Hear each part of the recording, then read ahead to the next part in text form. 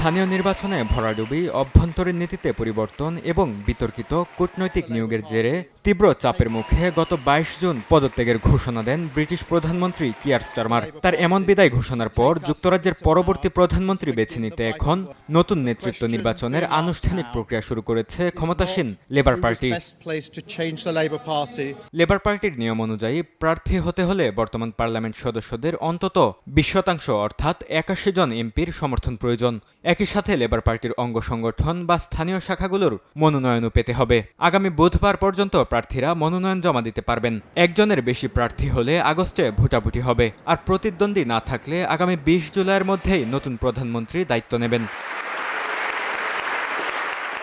দলটির শীর্ষ নেতা হওয়ার দৌড়ে সবচেয়ে এগিয়ে আছেন অ্যান্ডি বার্নহাম, যাকে ব্রিটেনের রাজনীতিতে কিং অব দ্য নর্থ বলা হয়। এতদিন এমপি না থাকায় তার প্রার্থী হওয়ার সুযোগ ছিল না, তবে গত ১৮ জুনের উপনির্বাচনে জিতে তিনি সেই যোগ্যতা অর্জন করেন। অ্যান্ডি বার্নহামের প্রতি এরই মধ্যে দলের হেভিওয়েট নেতা ও সাবেক অনেক মন্ত্রী পূর্ণ সমর্থন জানিয়েছেন।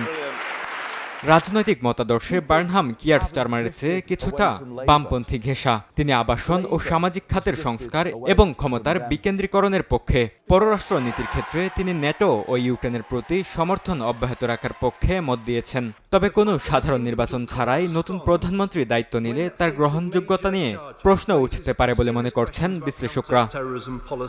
বরকতুল্লাহ, সময় সংবাদ।